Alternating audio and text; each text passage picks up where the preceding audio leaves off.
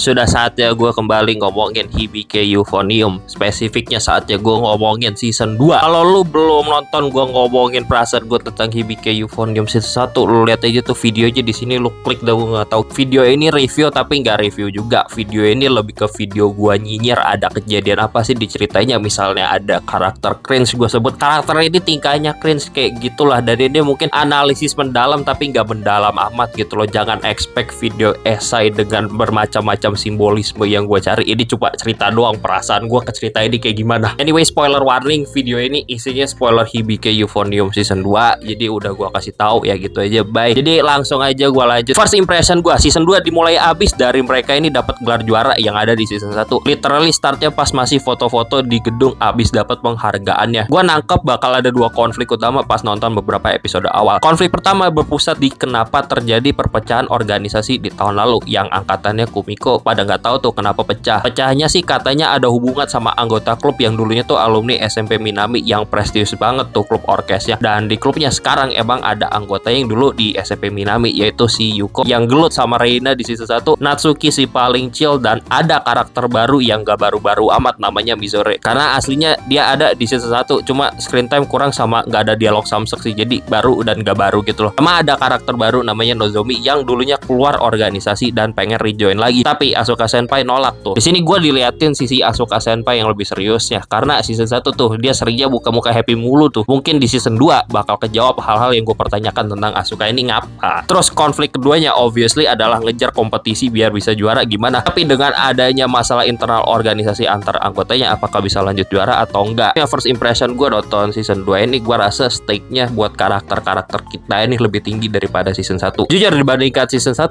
gue dari episode 1 udah langsung tertarik ini pas nonton season 2. Sedangkan di season 1 gue jujur baru kerasa banget nonton Hibike Euphonium itu pas tengah-tengah. Also hubungan Kumiko sama Reina obviously udah membaik dan cute banget mereka berdua ini tiap interaksi. Tapi Reina masih freak banget walaupun udah agak normal. Kayak cara dia ngomong sama orang lain, sumpah entah dari mannernya atau pemilihan katanya gue nggak tahu, tapi Reina ini freak and weird sumpah. Anyway, konflik pertama yang disodorin ke gue di dalam cerita adalah konflik Nozomi sama Mizore yang ada hubungannya sama circle SMP Minami tuh, yang lu lihat aja tuh karakter ini. Nozomi yang pengen rejoin lagi dihalang-halangin sama Asuka, dan gua sama karakter di dalam cerita yang nggak tahu infonya kenapa ya nebak gitu, kenapa sih gak boleh rejoin. Obviously Reina nebak gak boleh rejoin karena Nozomi dulu dianggap kabur tuh pas susah-susah itu organisasinya, dan sekarang pas udah di atas malah balik lagi. Jadi wajar dihalangin karena dianggap melarikan diri tuh, which makes sense gitu bagi gua, dan emang jawabannya jawaban Reina banget sih. Anyway, Asuka Senpai pas di camp yang kayaknya udah agak lepas topengnya di sini ngomong ke Kumiko Nozomi gak boleh rejoin karena ada masalah sama Mizore yang dirasa bakal ganggu konsen persiapan kompetisi kalau Nozomi rejoin sekarang. Natsuki yang sangat mengidolakan Nozomi dan pengen ngebantu dia rejoin klubnya, gak tahu Nozomi sama Mizore ini lagi ada masalah lagi gimana gitu loh, karena ditutupin sama Asuka. Asuka nutup-nutupin gitu ya, sebenarnya balik lagi make sense itu, masuk akal karena si Mizore ini setahu gue dia tuh cuma satu-satunya yang bisa mainin instrumen yang namanya oboe. Sedangkan kalau misalnya tiba-tiba Nozomi rejoin terus resikonya jadi berantakan organisasinya, ya yang bisa main oboe siapa lagi gitu di klub ya kan,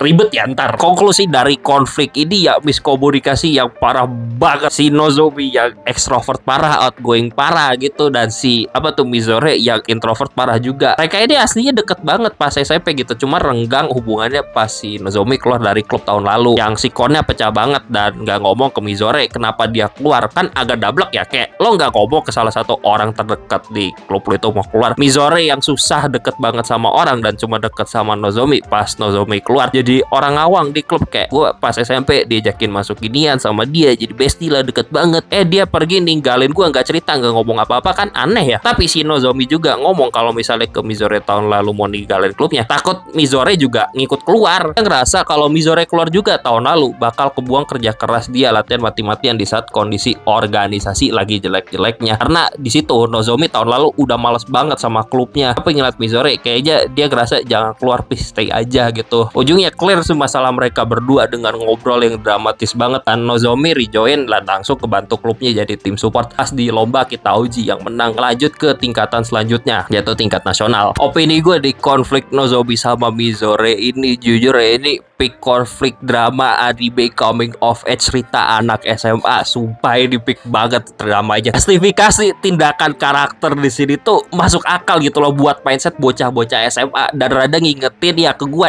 sotoynya anak SMA itu kayak gimana. Gue agak nangis, agak terharu gitu. Buat gue agak berair-air pas ngeliat si Nozomi sama Mizore baikan. Itu dramatis banget, gila sih, keren directnya di bagian itu. Gue akuin ya, walaupun si Nozomi tadi gue bilang agak ngeselin, ujungnya gue juga gak bisa nyalahin tindakan dia gitu digalin klubnya tahun lalu. Kayak lu bayangin aja, lu di SMP organisasi apa tuh, orkesnya kan prestisius banget lah. Sedangkan pas di SMA lu lihat organisasinya berantakan kayak gitu ya, gue juga kemungkinan bakal males lah kalau di posisinya si Nozomi itu. Lu juga gak bakal tahu ke depannya, misal si Nozomi gak jadi keluar di tahun lalu dan stay, lo gak bakal tahu misal organisasinya bakal jadi bagus atau enggak. Cuman kebenaran di cerita Hibike Euphonium ya arahnya jadi organisasi yang lebih sehat, lebih bagus. Ya emang tindakan yang paling masuk akal di saat itu emang meninggalkan klub sih, jujur. Gue paham gitu Nozomi kenapa, walaupun gue agak kesel juga. Anyway, sebelum gue lanjut ke konflik utama sebelumnya, di sini habis kelar konflik si Nozomi sama Mizore, dapat episode fanservice sekolah gitu, festival pensi atau apa. Anime kayak gini, anime sekolahan kalau nggak ada art festival sekolah itu kurang gitu loh. Lumayan dapat fan service mantap gitu. Kayak gue ngelihat Mizore yang cantik banget pakai baju maid, lucu banget. Tapi second halfnya episode ini lumayan serius pas disorot masalah kakaknya Kumiko yang dari season 1 juga emang hubungannya agak gak bener. Tapi daya tarik sama gue di episode ini dikasih tahu background Taki Sensei yang sebenarnya di awal season udah dikasih tahu, karena temannya Taki Sensei mulutnya asal nyerocos, tiba-tiba ngomong Taki Sensei duda karena isinya meninggal. Kayak bro, lu ngasih tahu info sepenting itu enteng banget dah, nyerocos banget mulut lo. Pokok di episode ini info tentang background Taki Sensei dikasih tahu dengan detail. Dia ini siapa, alasan dia ngajar Kitauji, setangkap gua bisa jadi ya ngelanjutin mimpi istrinya yang udah meninggal biar Kitauji dapat emas di tingkat nasional. Tapi dia gak ngasih tahu itu ke muridnya karena itu ya agenda pribadi dia. Dia gak mau itu mempengaruhi anak-anaknya juga. Jadi wajar gak dikasih tahu. Terus pas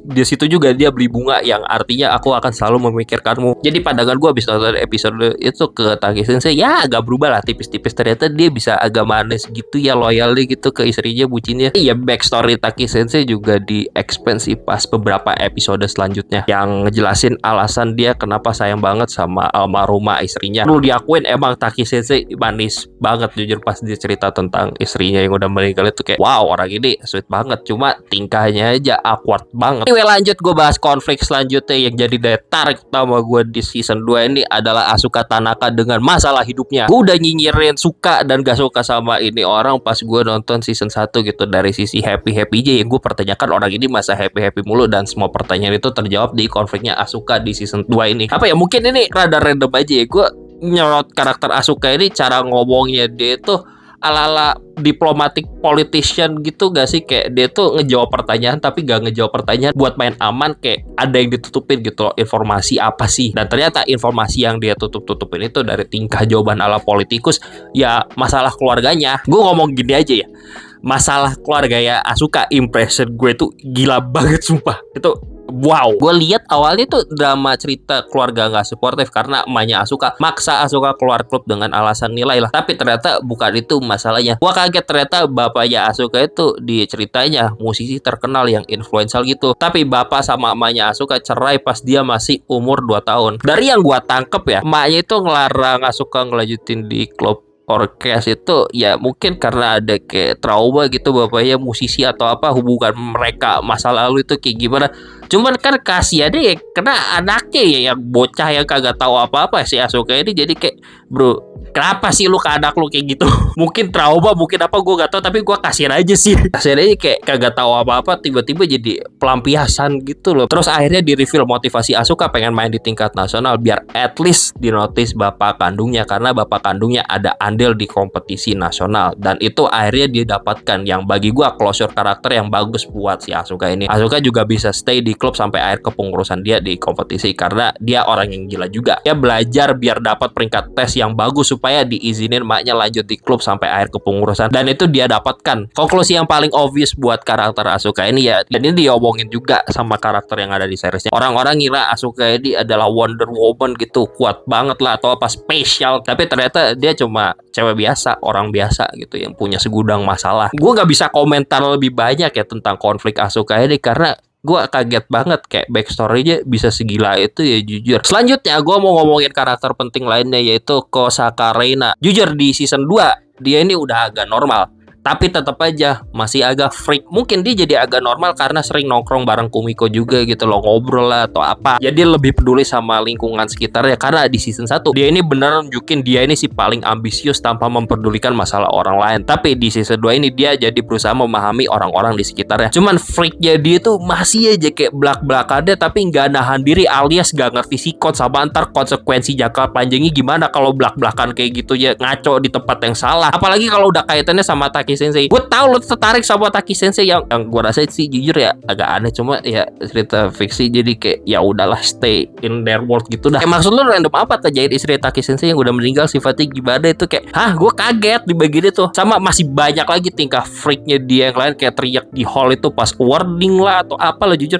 Untung banget di Taki Sensei itu handle tingkahnya Reina itu baik, kalem. Gue gak tahu tingkahnya Reina di kelanjutan cerita Hibike Euphonium ntar ke depannya kayak gimana sumpah, tapi emang dia ini masih freak banget walaupun udah agak normal. Tetap sih gue akuin karakter development Reina di season 2 ini ya lumayan bagus gitu, dan gue tetap suka banget sama si Reina ini walaupun tetap freaknya dia yang kagak ngerti sikon dengan belak-belakannya itu kadang gimana gitu loh. Belak-belakannya beda ya, gak kayak Kumiko. Lu tahu belak-belakannya Kumiko itu at least masih ngerti tempat, belak-belakannya Reina ini kagak ngerti tempat. Dan selanjutnya gue mau ngomongin MC kita semua yaitu Kumiko Omae yang terlibat di segala hal konflik season 2 ini. Season 1 di video gue bahas season 1, gue ngerasa Kumiko ini karakter yang ngawang banget sampai akhirnya baru beneran locked itu pas di adegan rumahku Narita itu baru kerasa dia punya motivasi yang jelas mau ngapain. Dan season 2 dia jauh lebih mantep karakternya. Mungkin rasanya tuh ya di season 1 cerita yang ngasih dampak ke Kumiko, sedangkan di season 2 Kumiko yang ngasih dampak buat cerita kayak tindakannya gitu-gitu. Cuman Kumiko ini gak sadar gitu, dia punya impact yang gede buat di lingkungan sekitar ya, buat ceritanya, dan dia tuh baru sadar pas di akhir-akhir itu. Misalnya konflik Mizore sama Nozomi, walaupun di konflik ini dia lebih ke bystander tapi tetap berusaha terlibat menyelesaikan konfliknya. Kayak misalnya ngobrol sama Mizore, Nozomi sama Asuka buat cari tahu ada masalah apa sih tahun lalu sampai kayak gini. Sampai Yuko juga minta tolong ke dia buat nyariin Mizore pas breakdown dianya. Terus interaksi Kumiko sama Asuka obviously punya andil besar buat ngebikin Asuka stay di klub sampai akhir kepengurusan meskipun ya ada masalah sama maknya. Saking impactful ya Kumiko di konflik ini, Asuka ngelepas topeng dia yang ngomong ala politikusnya itu. Mungkin satu-satunya di season 2 gue rasa cerita ngasih dampak ke Kumiko itu konflik sama kakaknya yang bagi gue closurnya bagus banget dan mereka berdua baikan gitu, dan gue suka banget. Gue mau ngasih tambahan dikit aja kedua karakter. Yang pertama, gue ngerasa bersalah nggak ngomongin Haruka ketua klubnya pas bahas season 1, dan di season 2 ini tambah menonjol banget buat gue. Mental dia kuat banget sebagai ketua, beban masalah organisasi tahun lalu biar gak kejadian lagi, ngejaga iklim organisasi yang sehat dibandingin bolak-balik sama Asuka yang dianggap lebih cocok jadi ketua dibanding dia. Ditambah Asuka tuh sama emaknya yang lagi gelut yang bisa jadi ngacauin konsen klubnya. Belum juga gue nyebut beban dia sebagai kelas 3 yang harus belajar tes masuk univ. Gila ini orang bro, kepalanya gak pecah, gue gak tahu dah. Also Sukamoto Suichi, karakter ini clutch banget. Kayak dia karakter sampingan, screen time dikit, tapi walaupun screen time dikit pas muncul itu punya dampak gede ke cerita yang efektif banget. Interaksi dia sama Kumiko emang gak sebanyak Reina, tapi impactnya ke Kumiko dari season 1 gak kalah penting. Di season 2 ini cukup dia ngomong sekali ke kakaknya si Kumiko yang hubungannya lagi renggang sama Kumiko, nyuruh datang ke konser mereka, dan efeknya hubungan Kumiko sama kakaknya jadi membaik. Penutup dari gua, emang season 2 ini kita uji di tingkat nasional gak dapat emas, jadi mereka ini kalah karena dapat ya perunggu. Cuman bagi gua tiap karakter yang ada di season 2 tetap menang dari sisi cerita. Menangnya karena angkatan kelas 2 sama kelas 3 yang dihantui konflik tahun lalu dapat closure yang enak. Seperti Mizore sama Nozomi kembali deket, Asuka bisa ikut kompetisi sampai akhir kepengurusan dia, Reina jadi lebih perasa lah walaupun tetap freak, dan juga Kumiko yang terlibat dari segala macam masalah yang ada di season 2. Jadi karakter yang bagus banget, pede banget dia ini, dan mungkin udah jadi salah satu MC favorit gue. Anyway, akhir kata rating buat season 2 bagi gue solid experience 9 dari 10 lagi, sama kayak season 1.